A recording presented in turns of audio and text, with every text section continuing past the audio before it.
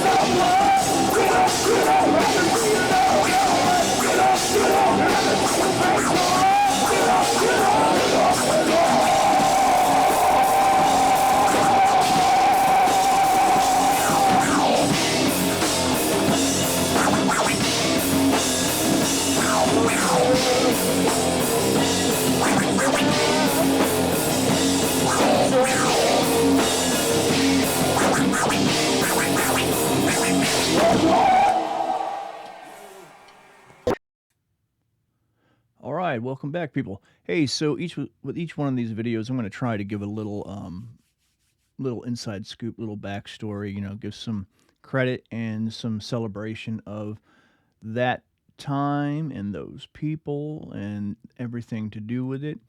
So I'll start by saying I had mentioned in that drummer history that this was sort of a reformed band that had been a previously signed band that had it released one album, and then the second one I think is tied up with that singer in that video that you just saw, Control. I think owning the intellectual properties and the record company, the label. owning the distribution rights, and so there was a problem. They broke their deal and all that kind of stuff. Music industry sucks, people. And anyway, so that was a band called Dichotomy. I was a big fan. They were very much like a Pantera, and I did some film work for them, and some of that was edited into music video material that made it onto some late night heavy metal TV, and so anyway, that was very cool. So the singer Bob there, he and I, we rode with the same motorcycle club, and his former guitarist for Dichotomy was the vice president of the chapter of our club, and we all had the same MC tattoo. I mean, one night, even the tattooist at his parlor rode with the club, and he has the tat. But there were, in one night at his parlor, and I have pictures from that night and stuff, me getting inked and other people getting inked.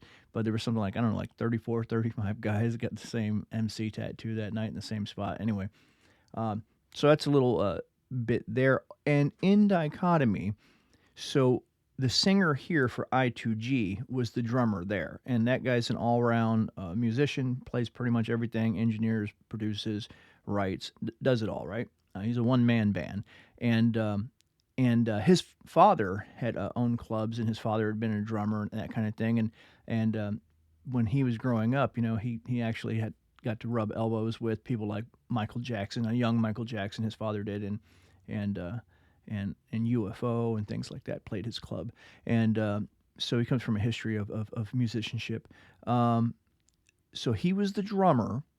Our former VP of our club chapter was the guitarist. That DJ there in I2G, Damien, was the lead vocalist for Dichotomy, and then there was a bassist. The bassist actually, I think after they broke up or right around that time, he had written some music. I don't know if it was for MTV, that Daytona Beach thing or Spring Break, but it was some show on MTV. He had written some music and got paid for it, for that show. So that was kind of cool. And also that bassist ended up being in a long-term relationship, and I don't know if they ever got married or anything. I have no idea what became of them after Dichotomy broke up and they moved away. But he was involved with a gal that is the fraternal twin, as in not identical, right? Because identical's like two boys or two girls or whatever. Okay, but when you have like a boy and a girl, that's a dizygotic twin, not a monozygotic twin, and it's fraternal twin, not identical, right? Anyway, so he was with a gal then that I had dated in school, and her fraternal twin brother and I literally physically bumped into one another in Germany. Actually, I turned to say something to a buddy of mine while we were walking through an Irish pub. So we're Americans in Germany in an Irish pub walking through, and I mean, it was wall to wall. I don't know, there's probably a few hundred people in this bar, in this pub, and we're walking across. And I turned to say something to him while we're walking, and I knocked the guy accidentally off his bar stool. And me and my buddy that I was with, we'd been in a couple scraps with other people that week. Those are pretty good stories, but I won't entertain them here. Already starting to go long. So I didn't want to get in another brawl, So I turned, hey man, sorry, kept on walking. And he's like, hey, come here, And I was like, oh crap, I told my buddy, guess get in another fight, And he's like, if you can knock me off my bar stool, you at least have a drink with me.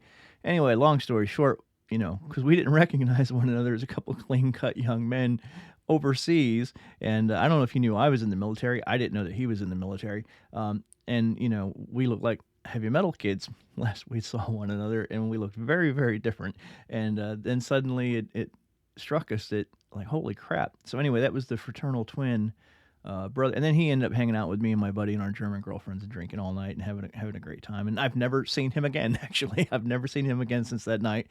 And so his sister was with the bassist of Dichotomy, and then so the last thing I'll say, I said our DJ for I2G, Damien, was the singer, and so when I2G was writing that material and recording that material with me as the drummer, he also had a side record deal, side gig, and he would tour on the weekends. So he lived in a normal job life during the week. Well, I mean, normal for us, but then on the weekends he might be in Costa Rica or he might be in Vegas or I don't, he literally in the country and out of the country. So it was his weekend thing, and he didn't do the DJ and MC thing. I think, you know what? I don't remember. I think he was the MC for a well-known DJ. But anyway, he had a side record deal that he would do that on the weekends, and I'll save some other stories about that one because I don't want to throw it all out in the first video. But anyway, so these guys were well-seasoned musicians, and we had a lot of history together. We were friends. We're not in communication or anything like that anymore, so I just want to pay my respects and celebrate that time because I think it's pretty fantastic, and we had years of great friendship and wonderful experiences.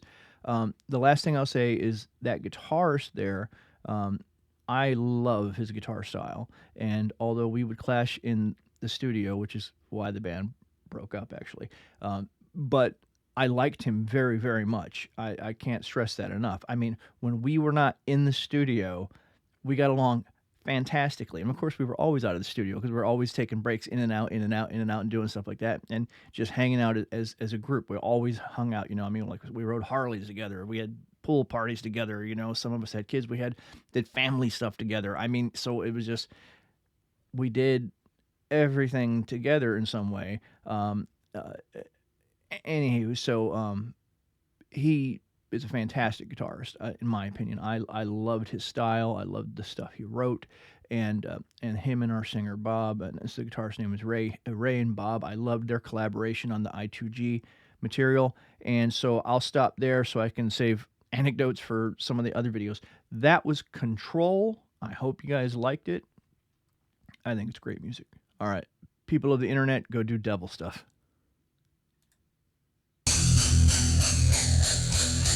Warning. The system has become unstable.